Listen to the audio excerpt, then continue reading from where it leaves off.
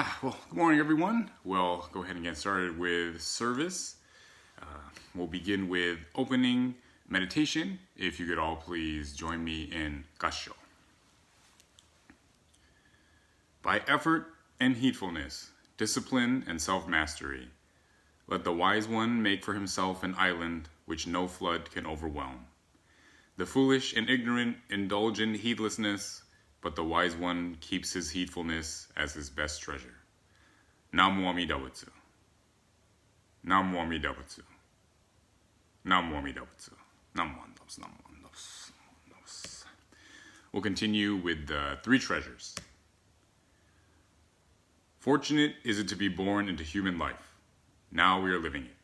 Rare is it to encounter the teachings of the Buddha. Now we hear it.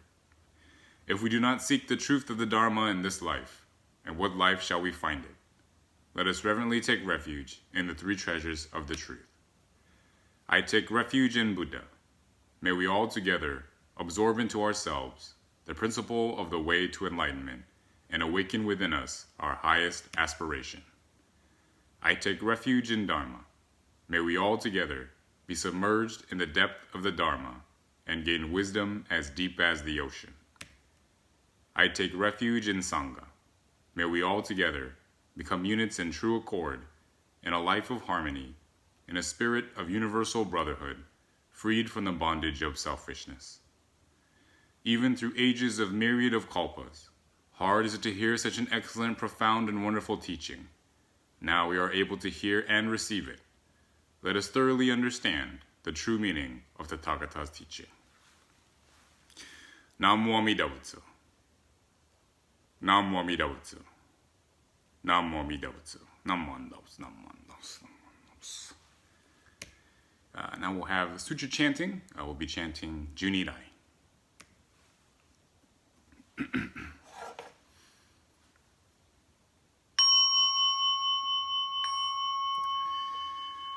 Keishu tenin shokugyo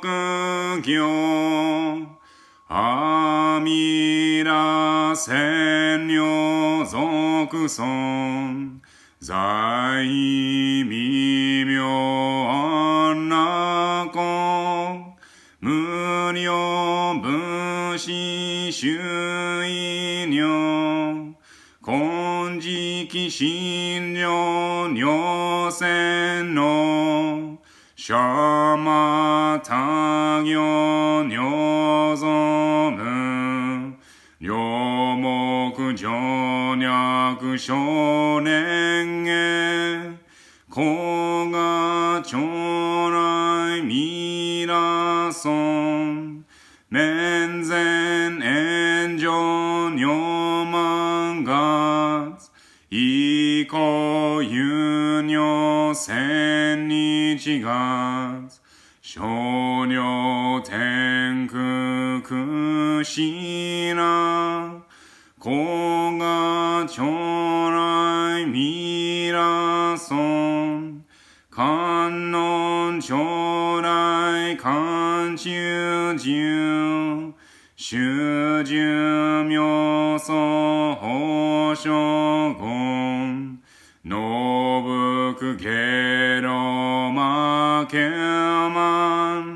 Koga chorai mirason Mubi muku koshojo Shutoku kyoketsu nyokoku Shosari akutoku jizai Koga chorai mirason Jippo myomon bosashu Muryo shoma josandan Isho shujo gan nikiju Koga chorai mirason Kontai hoken chishoken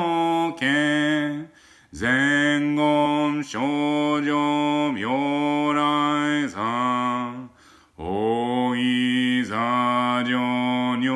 千の子が将来皆尊自法将来勝無し権限人主やな戦後尊厳上苦行子が将来皆尊小無常無我と薬女水月伝世の一種説法無明に子が将来皆尊非尊仏説無悪名薬無女人悪の主任死心行非尊子が将来皆尊非尊無女勉強無少種悪知識往生不体死亡来子が将来皆尊我説非尊苦の苦人修善無縁如海水小逆前言少女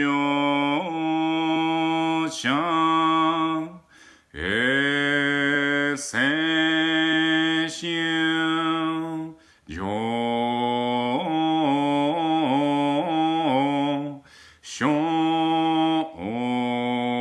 意根何万ダメ何万ダメ何万ダメ何万ダメ何万ダメ何万ダメ願にしくどく平等正祭道も大心お女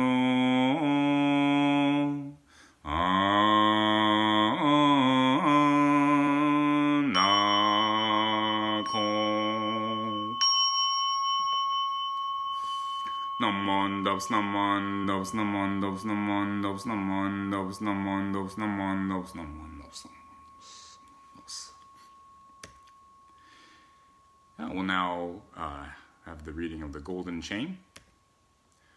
Golden Chain. I am a link in Amita's golden chain of love that stretches around the world. I will keep my link bright and strong. I will be kind and gentle to every living thing and protect all who are weaker than myself. I will think pure and beautiful thoughts, say pure and beautiful words, and do pure and beautiful deeds. May every link in Amita's golden chain of love be bright and strong, and may we all attain perfect peace. Namo Amida Butsu. Namo Amida Butsu. Namo Amida Butsu. Namandos, namandos, namandos. Okay. Let's see. We'll continue with our musical offering, which will be Love. Perhaps some of you know this song. It's kind of interesting on the ukulele, so hopefully it comes through okay.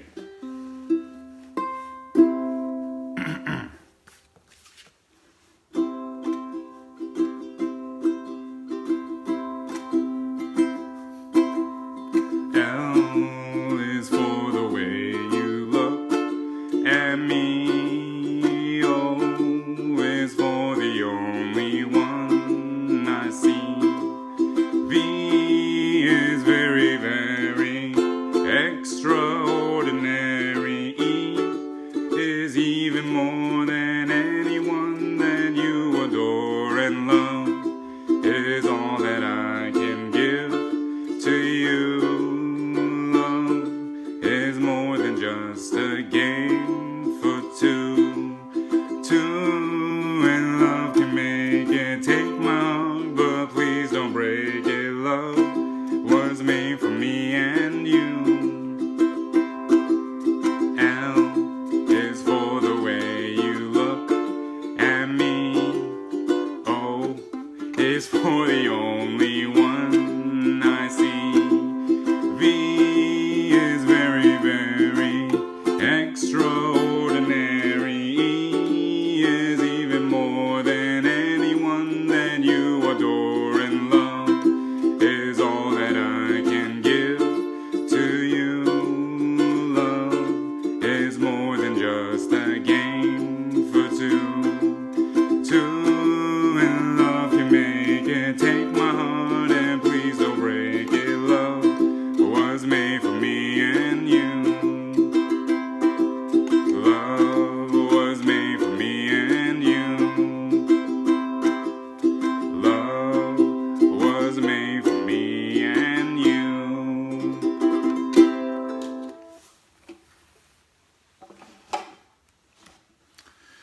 So that will go into the Dharma talk.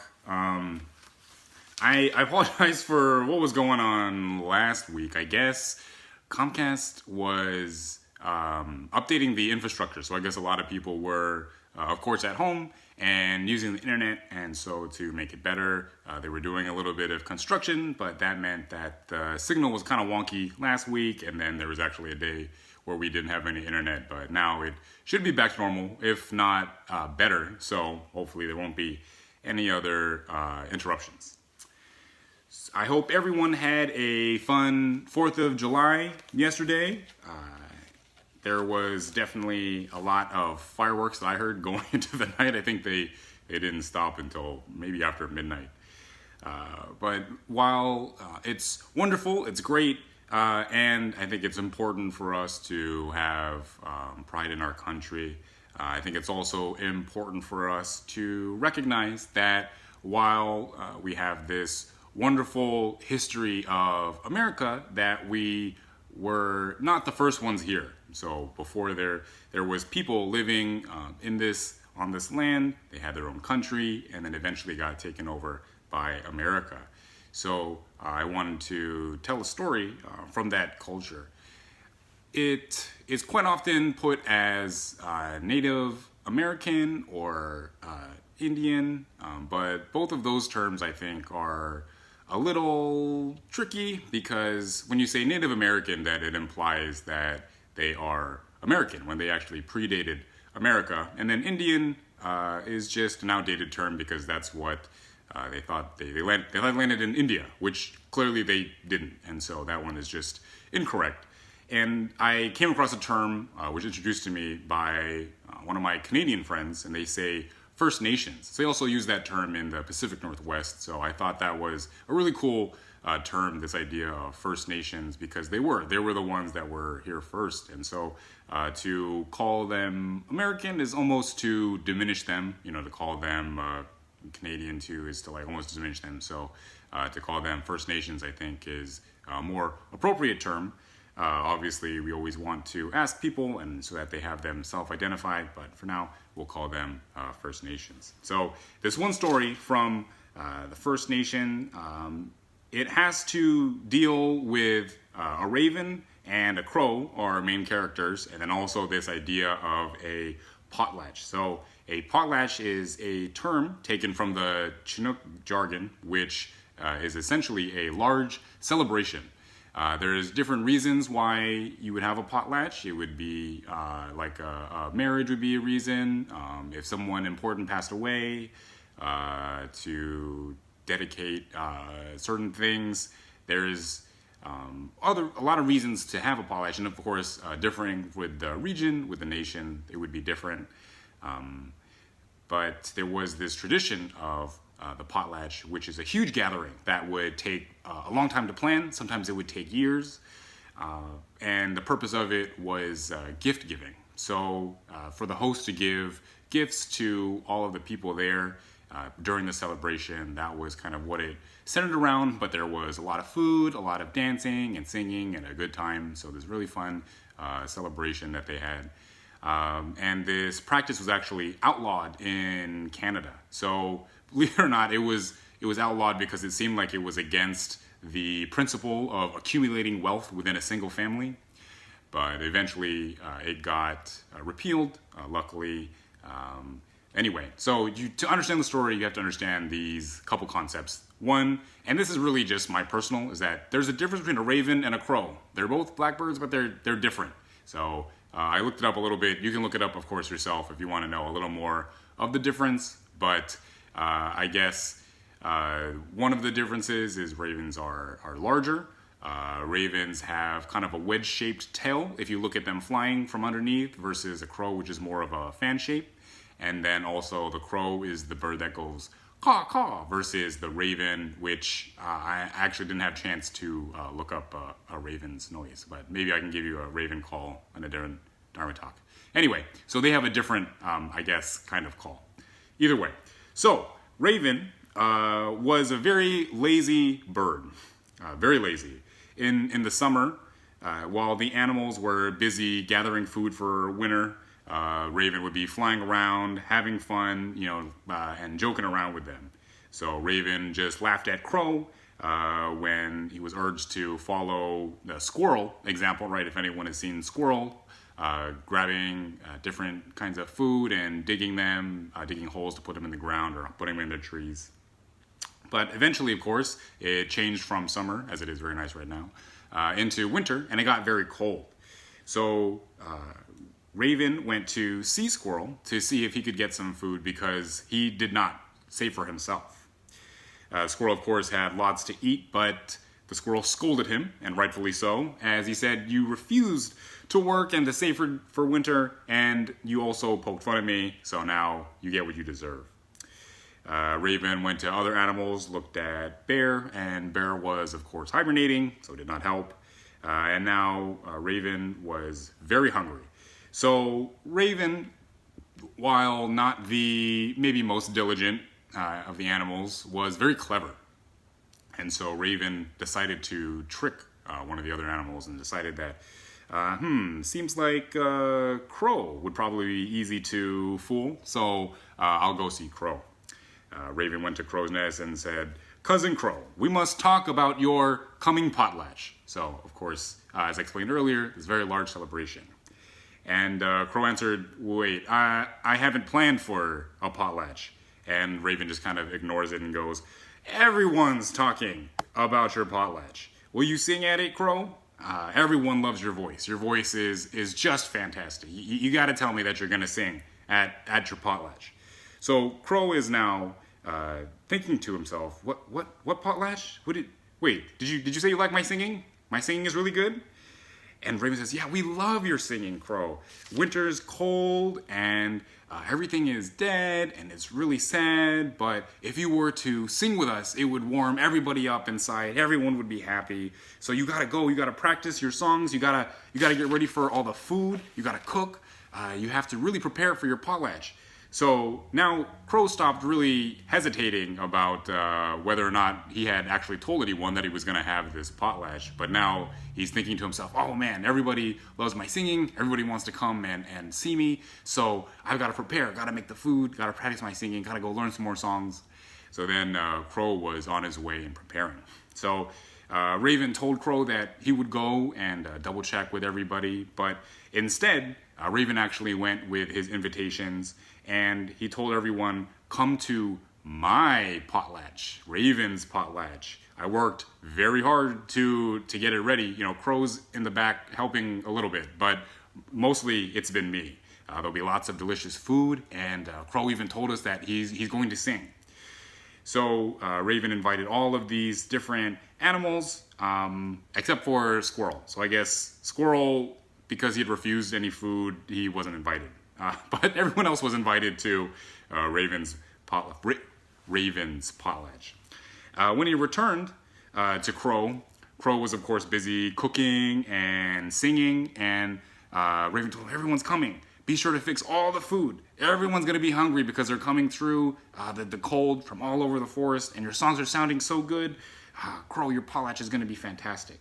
As the animals started arriving, Raven was, of course, introducing himself and welcoming everyone into the potlatch. Welcome to my potlatch. You know, eat so much, really enjoy, have a good time.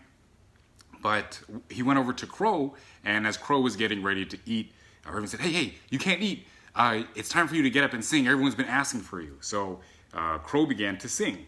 And every time he would stop to eat, Raven would say, whoa, what are you doing? You can't sing with your mouth full. You gotta sing. You can't eat.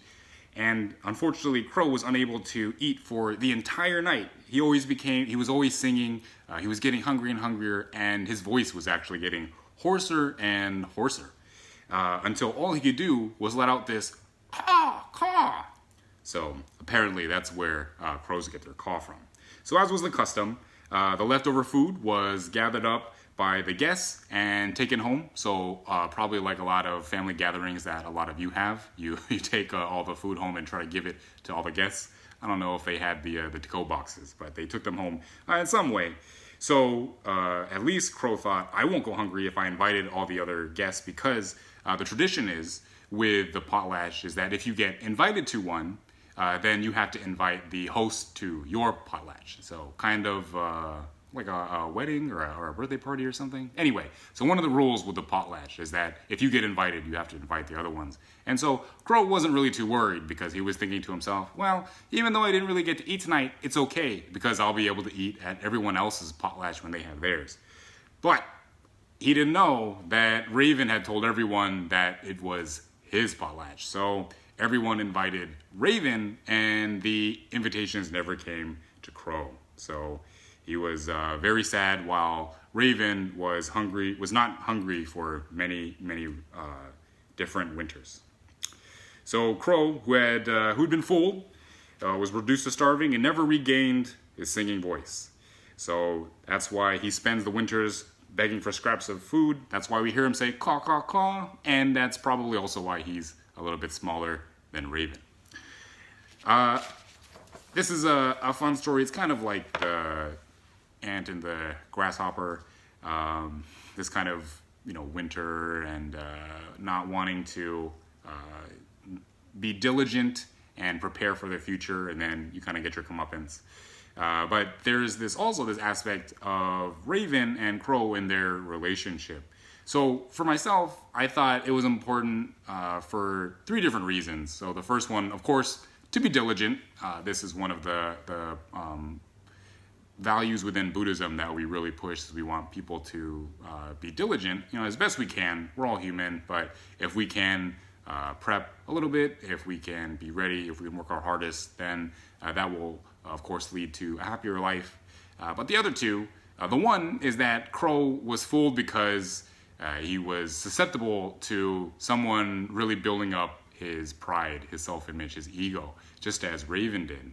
And so if you care a lot about those kinds of things, about showing off, about hot dogging in front of other people, then that will lead to your suffering.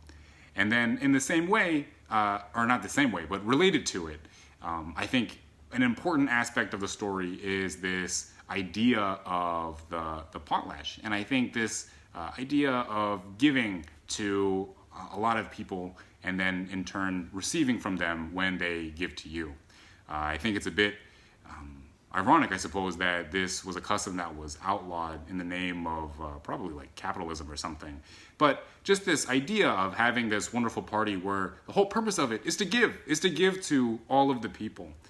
So when we have this cultural value of giving to others, of having this big party just so we can give to other people, it creates this culture within us that we try to give to other people, that we really hold up this ideal of another value within Buddhism of dana, of this selfless giving.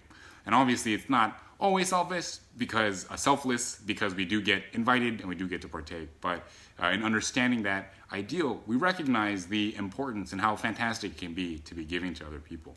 So those two are kind of connected where when we're worried too much about ourselves and our pride, we get into trouble.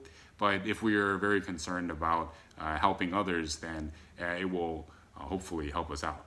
Now, of course, Crow got tricked a little bit, and so it ended up not working out the greatest for him, but I hope it serves as a reminder for all of us to, again, be a little bit humble. There's nothing wrong with being proud of your talents, but if you let it get too much to your head, then you end up begging for scraps, just like the crow. We'll now close with the Gatha Farewell.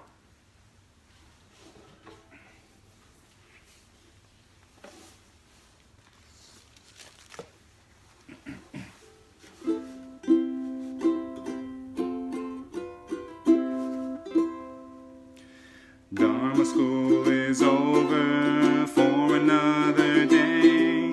Let us gather round the shrine, bow our heads and say, thank you, teacher, for your help. Thank you, everyone. Buddha's love will keep us safe till our work is done. So we'll meet again next week. Won't you take good care? Let us try to do what's right, always kind and fair. We shall spread the happiness faith in Buddha brings. Now it's time to say goodbye till we meet again. Namo Amida Butsu, sing this fine refrain. Namo Amida Butsu, sunny day will rain. Namo Amida Butsu, strong in faith remain. Namo Amida Butsu, till we meet again.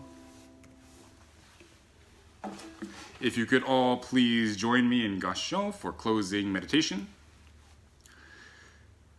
One should give up anger, renounce pride, and overcome all restraints. Suffering never befalls him who clings not to mind and body and is non-attached. Namo Amida Butsu. Namo Amida Butsu. Namo Amida Butsu. Namo Amida Butsu. Namo Amida Butsu. Namo Amida Butsu. Okay, thank you again, everyone, for attending today's service. So there will not be a weekly service on Saturday next week, and we will have our Hatsubon service. So we'll have a regular Sunday service at 9:30, and then we'll have the Hatsubon service for all the Obon families at 10:30. And then I'll be live streaming actually from the temple, so that'll be interesting. But that's what's going to happen next week. All right, please take care, everyone. Bye.